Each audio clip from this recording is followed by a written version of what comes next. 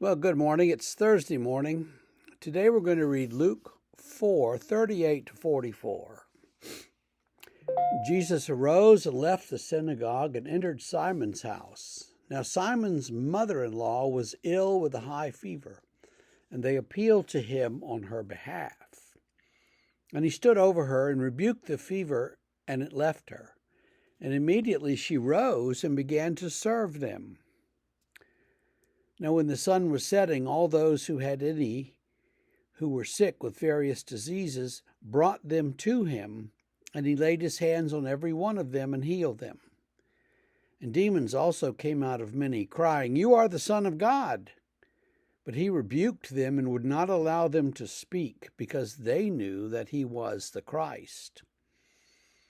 And when it was day, he departed and went to a desolate place. And the people sought him and came to him and would have kept him from leaving them. But he said to them, "I must preach the good news of the kingdom of God to other towns as well, for I was sent for this purpose." And he was preaching in the synagogues of Judea. So here we get a glimpse of Jesus' early ministry and the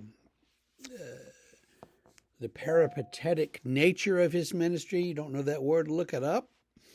It means walking around. He's in Galilee, he's in Capernaum, and now he's go down in Judea. How does he get that far that quickly? Luke is just pulling together from sources. One of the things that Luke says that's interesting, though, is that Simon has a mother-in-law. Now, this story is told, I think it's in a couple of the other Gospels, but it's the only place where any of the disciples are said to have relatives. Well, James and John are the sons of Zebedee, so they had a father, but we don't know anything about wives or children or families of any of the others, except that Simon apparently is married because he has mother-in-law.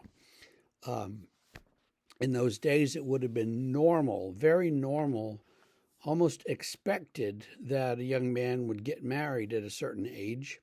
And so for these disciples to be unmarried would have been weird. And so we expect that they were basically married people doing their jobs, working at their jobs, and Jesus comes along and says, "Hey, come with me." And so they do, which means that he calls them out of the usual day-to-day circumstances of their lives. I don't think that they followed Jesus around constantly, continually for 3 years and never saw their families again.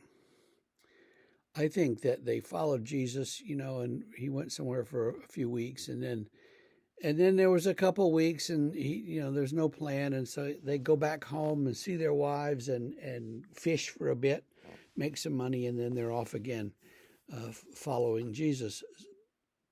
So, at any rate, Simon Peter, has a mother-in-law, and so she's sick with a fever. Jesus comes, heals her, and she jumps up and begins to serve them, which again reflects the expectations of the time that the women would do the serving. And so she, all these people are in her house. She's got to cook.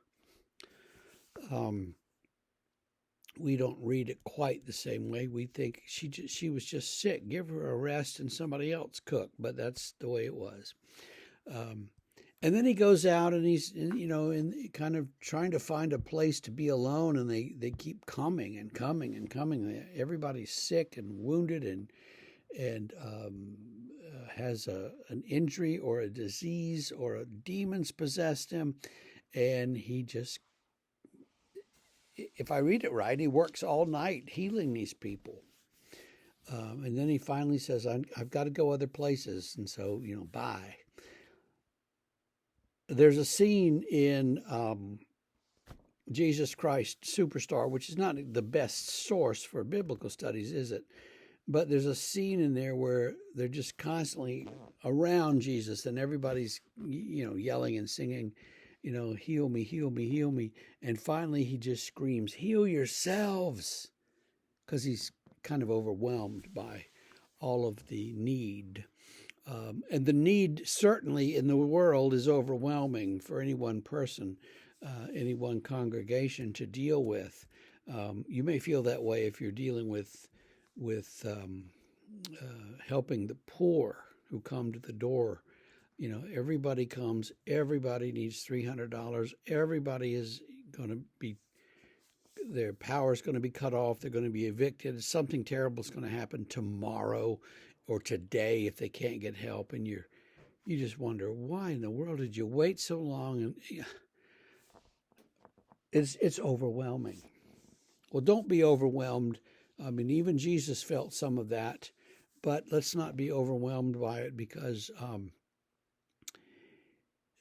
God will help us, and we will, one by one, help as many people as we can. So do that today. Help as many people as you can, and we will see you tomorrow. Have a great day.